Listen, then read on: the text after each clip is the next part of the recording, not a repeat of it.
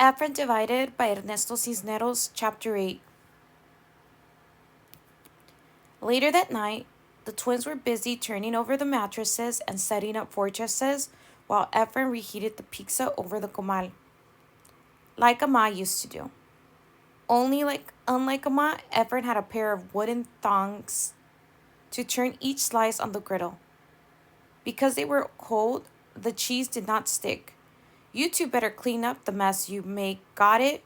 But Max and Mia were on their mattresses, busy wrapping themselves inside the bed sheets. Efren scooped up the last slices and placed them each on a plate. He licked a dribble of the red sauce off his finger and turned to watch the little ones twisting around in their fort, happy and worry-free. How much longer could he really keep them in the dark? All right, little burritos, he called. Go wash your hands and come eat. Mia spun herself free and headed over to the counter. She stood on her tippy toes and peeked over. What's for dinner? Efren shrugged. Grasshoppers and pasta. What else? Mia shot him a clear, "You're right" look. Pizza. We're having pepperoni and pineapple pizza. So go wash up. Mia smiled and ran off, cheering. Efren opened the top cupboards and reached over for Rama's favorite platter. He then lined up the crackers and celery sticks he'd collected from school. See, guys, Efren said, it's like a Sizzler's buffet. He had have to pick up more supplies from the school the next day or be forced to dig into the laundromat money, for sure. Efren looked down at the arrangement of food and felt shame over what he'd done. He tried pushing the feeling aside, tried reminding himself that taking food from the trash bin wasn't really stealing. Oh, Amma, if only you. The phone rang. A cold chill replaced the shame. What if it was someone from ICE looking for Abba? What would he say? What if it was Abba? What if he was already in trouble? Efren reached for the phone. Hello? A voice recording spoke. Good evening. You have a collect call from Amma's voice then slipped in. Maria Elena Nava. Then cut back to the recording. Would you like to accept the charges? Efren's heart raced. Yes, yes. You are now connected. It was strange, Efren thought. Amma always managed to be there when he needed her. Amma, sí, mijo. Ay, como te extraño. I miss you too, said Efren. ¿Cómo están los gemelos? Max and Mia are both good. Is that Amma? Asked Max. Efren turned around to discover the twins next to him, smiling from ear to ear. Yes, Efren said, nodding. Here, let me hit the speaker button. Hola, Amma, hollered Max.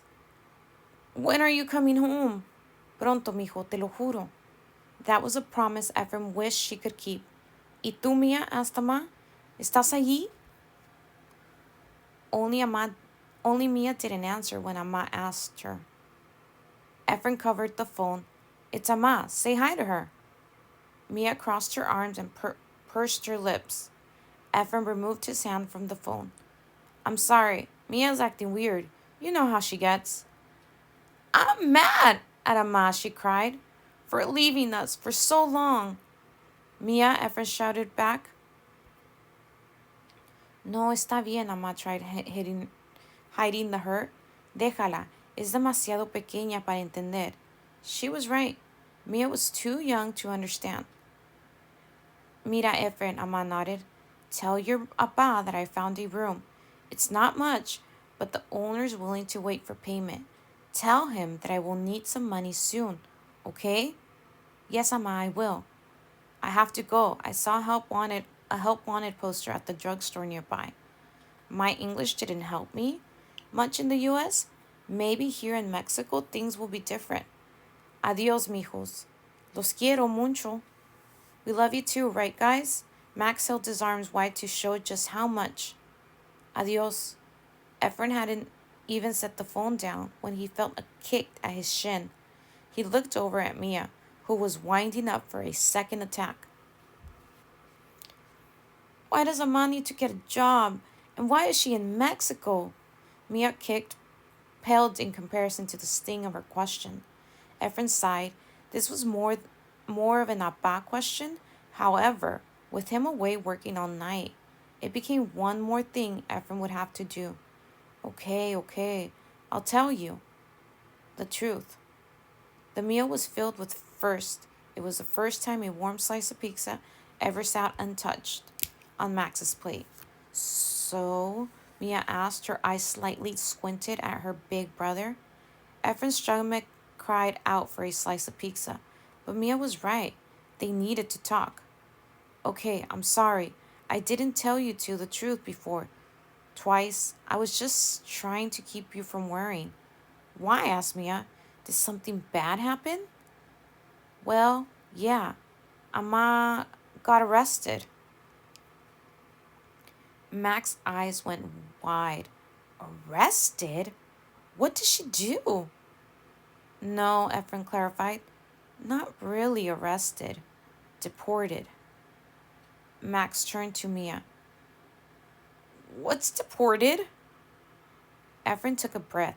It means that she was taken away. Why? Mia demanded. Who took her? Immigration. ICE. Mia shrugged. La migra, Efren clarified.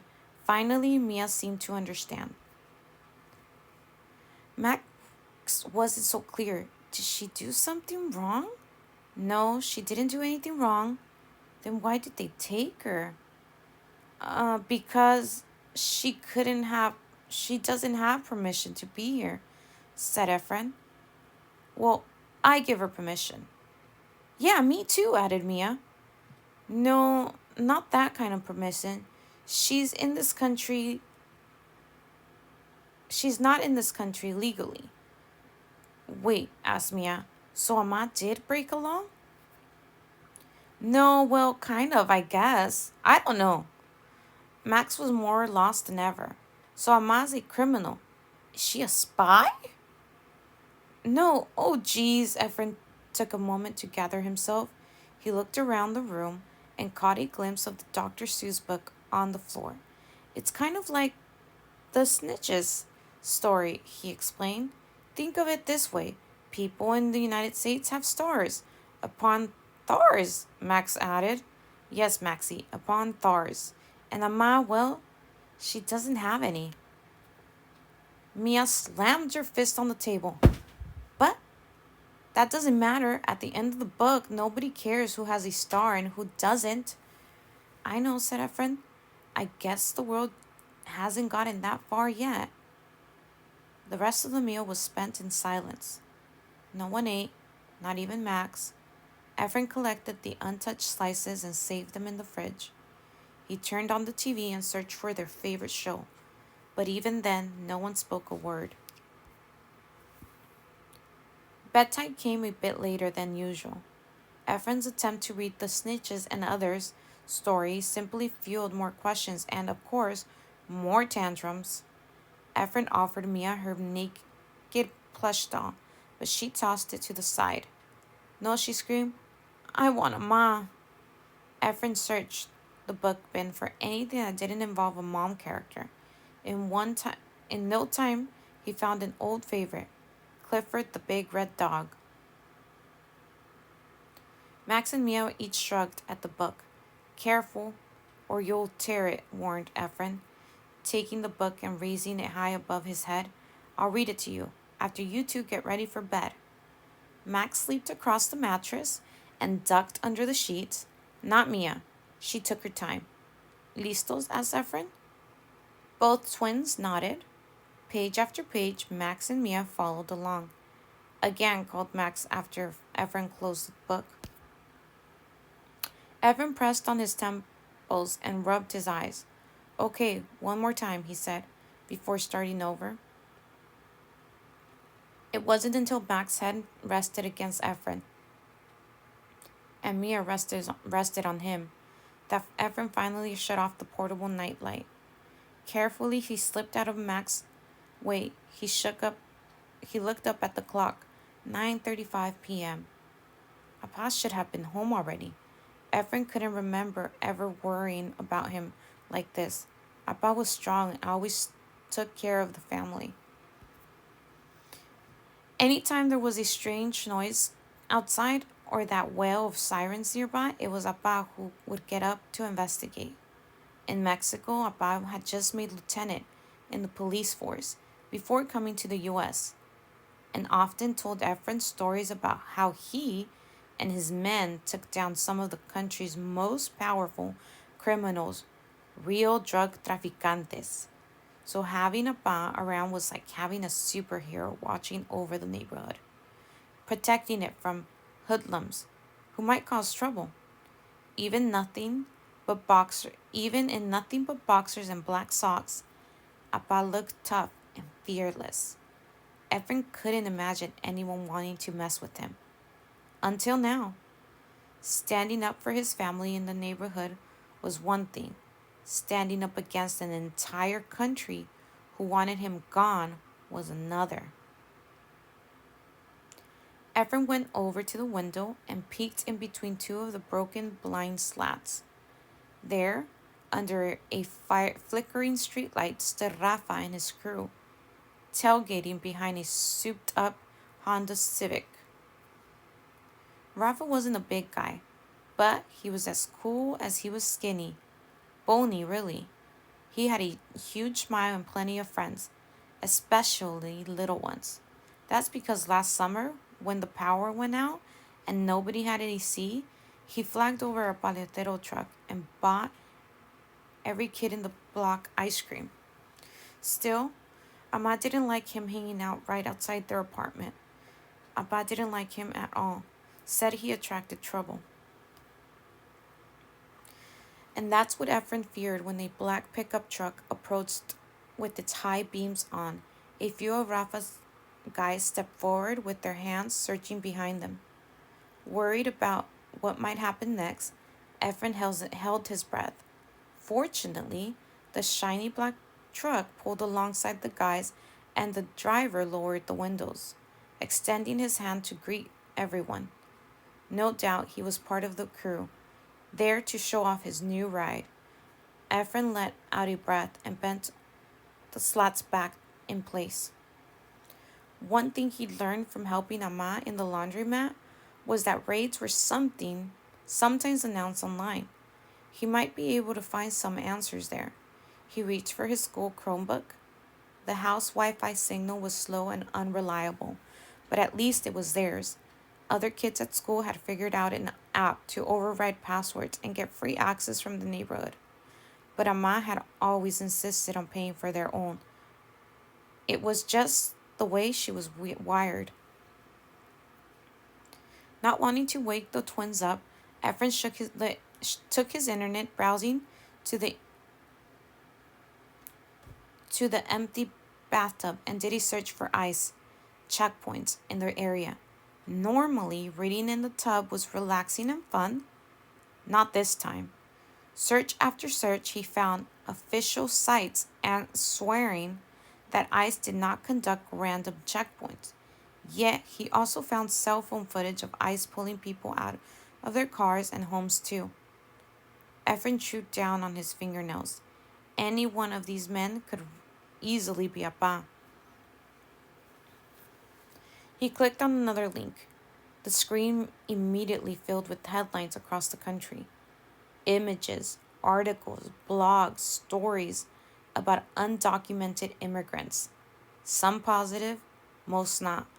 He clicked on articles, sometimes videos of people being taken from workplace, hospitals, even homes. Talk of a giant new wall came up repeatedly. He could feel his insides begin to quake as his fear of Appa grew. Even with the extra hours, he shouldn't be out this late. Efren was too tired, too unmotivated, unmotivated to do homework. He shut the computer and went back to bed. But instead of sleeping, he stared up at the textured ceiling. He followed the pattern until images began to form. At first, the images were simple. a set of eyes here, a smile there, but eventually the shapes became more elaborate. His eyes followed a curved line beside an old water stain. A picture of a container soon emerged. It was North America, broken in half. He looked away for a second, but the image refused to disappear. Talk of the wall haunted him. He'd read a petition asking that the government strip citizenship from children of illegal immigrants. Like Amma and Abba, his stomach twisted as he looked over at the front door, unsure if the police would one day come and barging in to take them all away. Just then the sound of someone unlocking the front door sent Efren's blood rushing. He knew the sound of Abba's keys jiggling, but he couldn't relax until he saw him crossing the doorway.